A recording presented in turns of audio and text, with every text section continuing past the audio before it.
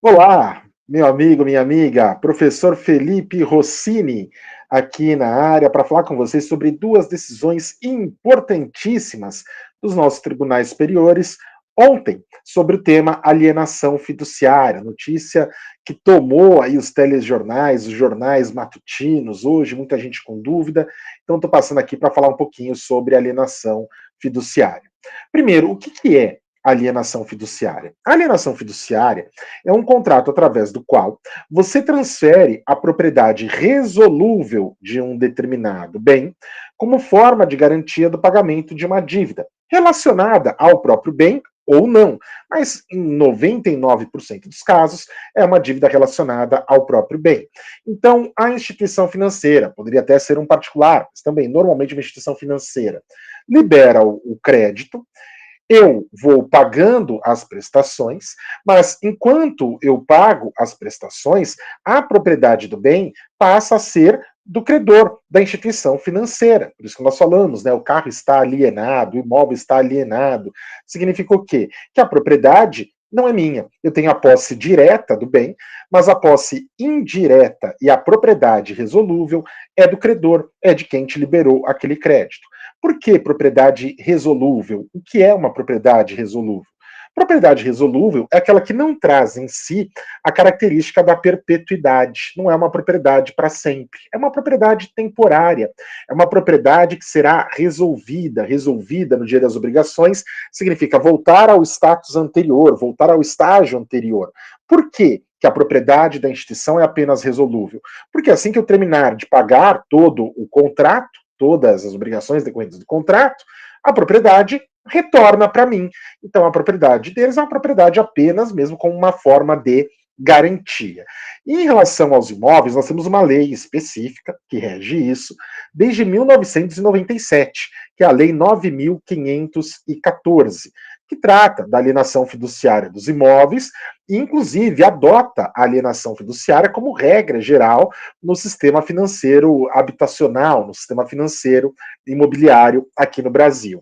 Então, através do contrato de alienação fiduciária, eu transfiro a propriedade do imóvel para a instituição financeira que está financiando e será a propriedade da instituição até que eu termine de pagar. Eu terminei de pagar, aí sim o imóvel passa a ser meu. Diferente da hipoteca, né? Na hipoteca, eu sou o proprietário. Embora o imóvel garanta o pagamento, uma garantia real, eu sou o proprietário, eu já consto da matrícula como dono do bem. Na alienação fiduciária, não. Na alienação fiduciária, eu transmiti a propriedade para a instituição. E aí o que ocorre? Se eu não fizer o pagamento, o artigo 27 da Lei 9.514 de 97 prevê o procedimento de execução dessa dívida, uma execução extrajudicial, que vai funcionar da seguinte forma: eu não fiz o pagamento, o banco então consolida a propriedade em seu nome e obrigatoriamente, no prazo de 30 dias, deve levar o imóvel a leilão. Num primeiro leilão, numa primeira tentativa, ele tem que ser vendido pelo valor da avaliação, pelo valor que constou lá no contrato, ou se o valor do contrato for menor do que o valor utilizado para cálculo do IPTU, né, o valor venal para cálculo do IPTU, deve-se valer do valor venal. Então, o que for maior, ou o valor venal ou o valor constante do contrato de alienação fiduciária. Não havendo interessado nesse primeiro leilão, no prazo de 15 dias deve ser realizado um segundo leilão. E nesse segundo leilão, o valor mínimo para a venda é o valor da dívida. Se for vendido por valor abaixo da dívida, azar do credor, né? Porque vai ser dada a quitação para o devedor. Ele não deverá mais nada. Agora, quais são os pontos importantes que foram objeto de decisão, uma do STJ e uma do STF na data de ontem? Primeiro, antes da consolidação da propriedade em nome do credor, é necessária a intimação do devedor. A mora aqui, ela não é automática, né? A gente chama de mora ex persona, não é a mora ex re. Você não pagou, já está em mora. Não. Para fins de consolidação da propriedade na alienação fiduciária, assim como na busca e apreensão, se tratar de um automóvel, por exemplo, alienação fiduciária, é preciso primeiro intimar o réu. E aí, o que decidiu o STJ em sede de recurso repetitivo, na análise do tema 1132, tema 1132? O STJ decidiu o seguinte: se foi expedida carta de intimação para o devedor no endereço constante do contrato, já era, já considera-se feita a intimação. Não importa se essa carta foi recebida por ele, se foi recebida por um terceiro, não interessa. Foi enviada a carta para o endereço do devedor, a intimação considera-se realizada. Decidiu ontem o STJ, tema 1132.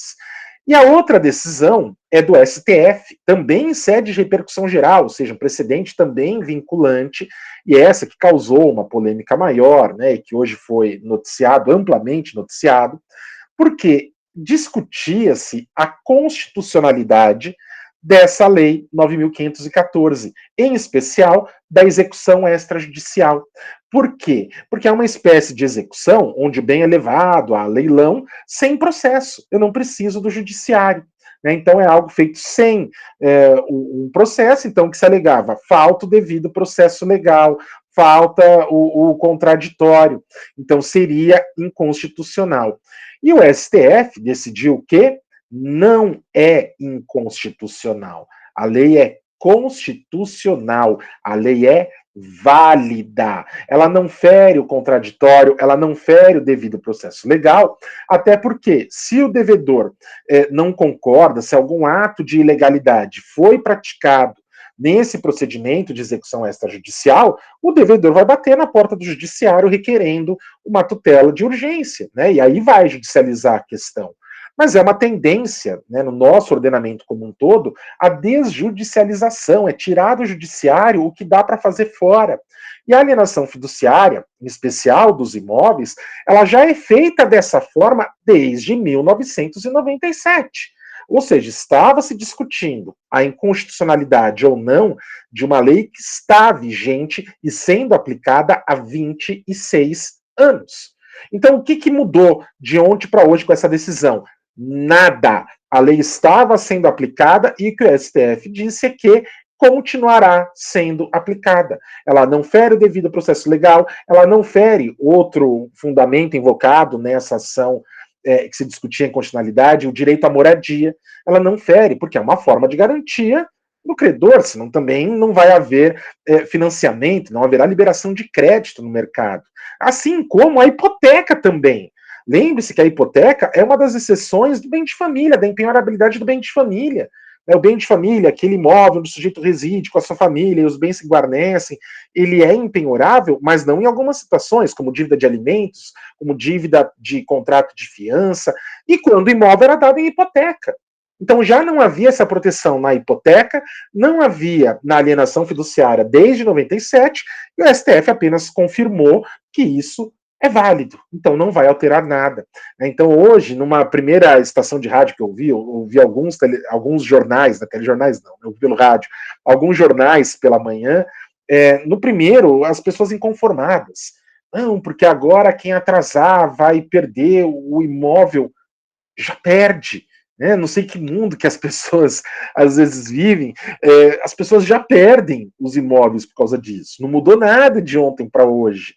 Né? Numa outra estação de rádio, o jornalista dizia: a partir de agora, o imóvel vai ser igual carro, você não pagou, o banco vai tomar, o banco vai buscar.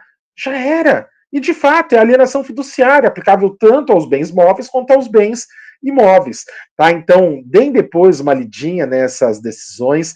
STJ, tema 1132. STF, tema 982. Para intimação do devedor, basta a expedição de carta ao endereço e não há nenhuma inconstitucionalidade no processo de execução extrajudicial. Tá bom? Deixa aí seu comentário, deixa a sua curtida e qualquer dúvida também pode escrever aqui, terei o maior prazer em respondê-las. Até a próxima. Tchau, tchau.